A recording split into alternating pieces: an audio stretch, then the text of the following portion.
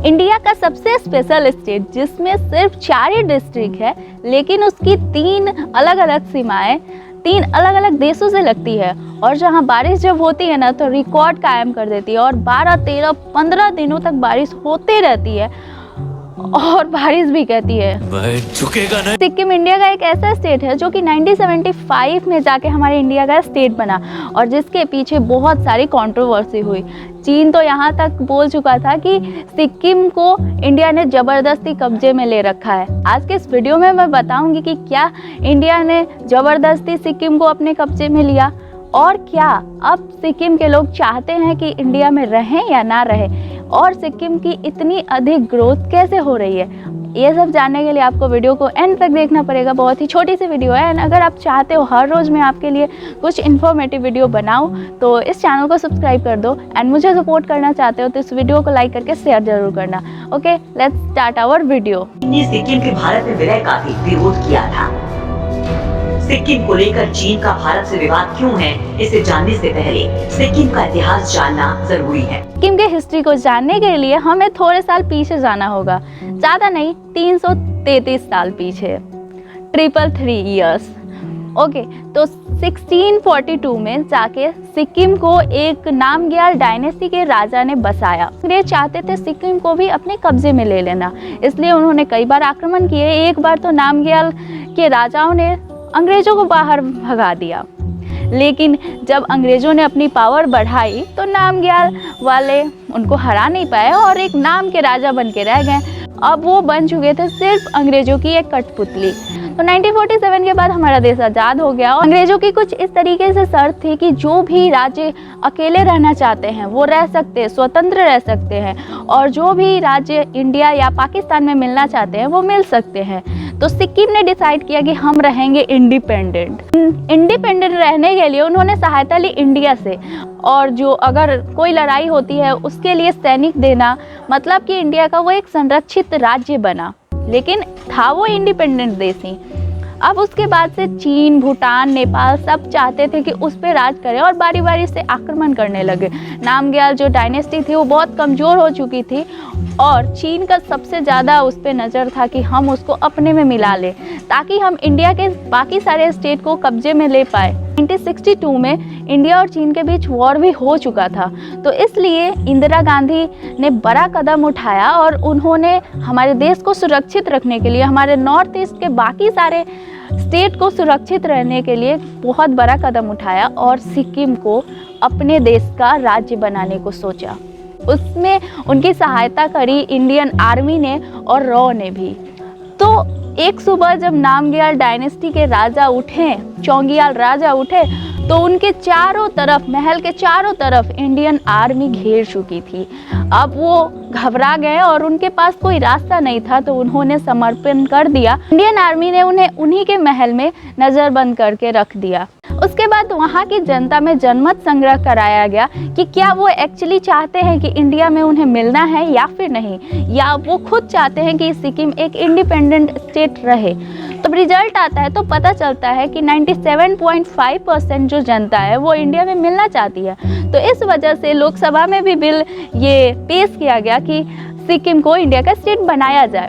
अब वहाँ पे भी बहुत बहुमत से सारे लोगों ने एग्री कर लिया एंड उसके बाद जब राष्ट्रपति इस पे मुहर लगाते हैं 16 मई 1975 में, तब जाके सिक्किम हमारे इंडिया का पार्ट बन जाता है और सिक्किम हमारे इंडिया का 22 नंबर वाला स्टेट है।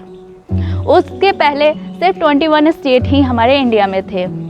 1975 में जब सिक्किम हमारे इंडिया का स्टेट बनता है ना, तो सबसे ज़्यादा जलती है तो वो चीन की है। चीन ने तो यहाँ तक भी ऑफिशियली पूरे वर्ल्ड वाइड में बोल दिया कि भारत ने सिक्किम को ज़बरदस्ती कब्जे में लिया है। सिक्किम वाले नहीं चाहते थे कि वो इंडिया का स्टेट बने। चलो जानते हैं कि आखिर चीन जैसा अड़ियल और जिद्दी पड़ोसी कैसे माना कि सिक्किम हमारे इंडिया का स्टेट है, और क्यों आखिर उसने खुद ही मैप बना के दिया जिसमें सिक्किम इंडिया का पार्ट था।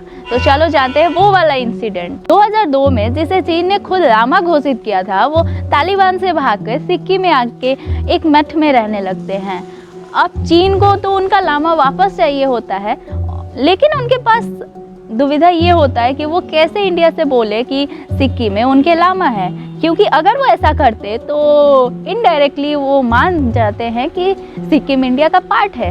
इसलिए फाइनली 2003 में उनको मानना पड़ा कि सिक्किम इंडिया का पार्ट है।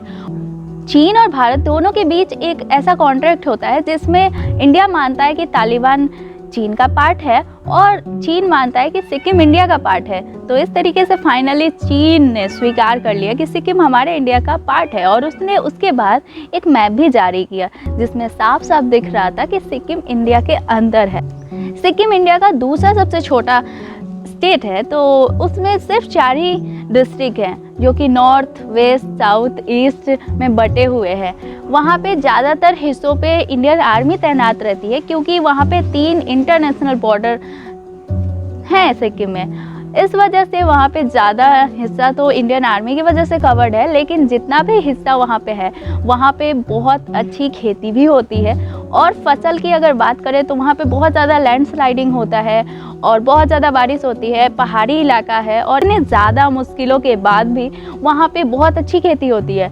और वहाँ के लोग एक मेथड फॉलो करते हैं खेती के लिए, वो है सीढ़ी नुमा खेती, जिसमें क्या होता है कि सीढ़ी की तरह खेती की जाती है क्योंकि पहाड़ जो होता है ऊंचाई तक जाता है और पहाड़ को काट काट के साफ करके उसी पे खेती की जाती है। वहाँ के लोग 100% ऑर्गेनिक खेती करते हैं और ये पूरे इंडिया में इकलौता ऐसा स्टेट सिक्किम ही है जहाँ पे पूरी तरह से 100% ऑर्गेनिक खेती की जाती है, जहाँ पे केमिकल का यूज़ नहीं किया जाता है, फिर भी बहुत अच्छा फसल होता है। क्योंकि पुराने ज़माने से हमारे यहाँ वही ऑर्गेनिक खेती होती थी, लेकिन आजकल केमिकल का ज़्यादा यूज हो रहा है, लेकिन सिक्किम ने सिर्फ ऑर्गेनिक खेती करने का फैसला लिया।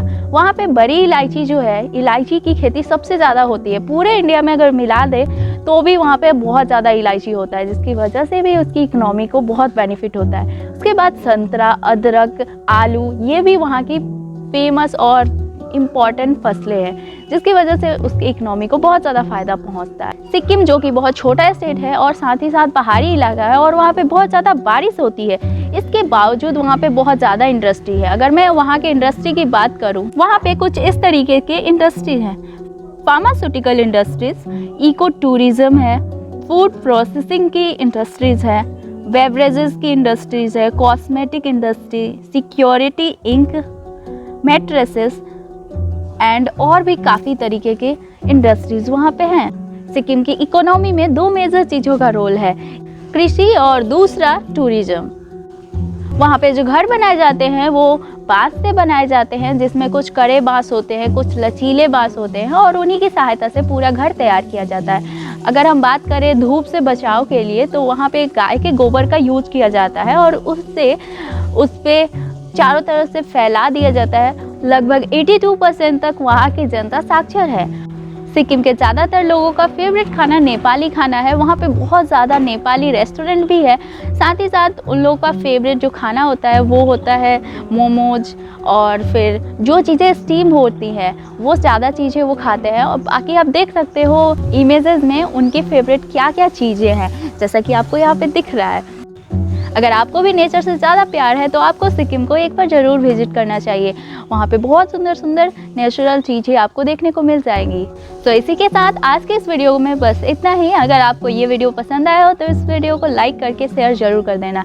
अगर आपको इस वीडियो से थोड़ा भी वैल्यू मिला है तो कमेंट करके अपना जो कमेंट हो वो ज़रूर शेयर करना। मिलते हैं नेक्स्ट वीडियो में कुछ इसी तरीके से इन्फॉर्मेटिव वीडियो के साथ। तब तक के लिए नमस्ते, take care, bye bye, bye guys.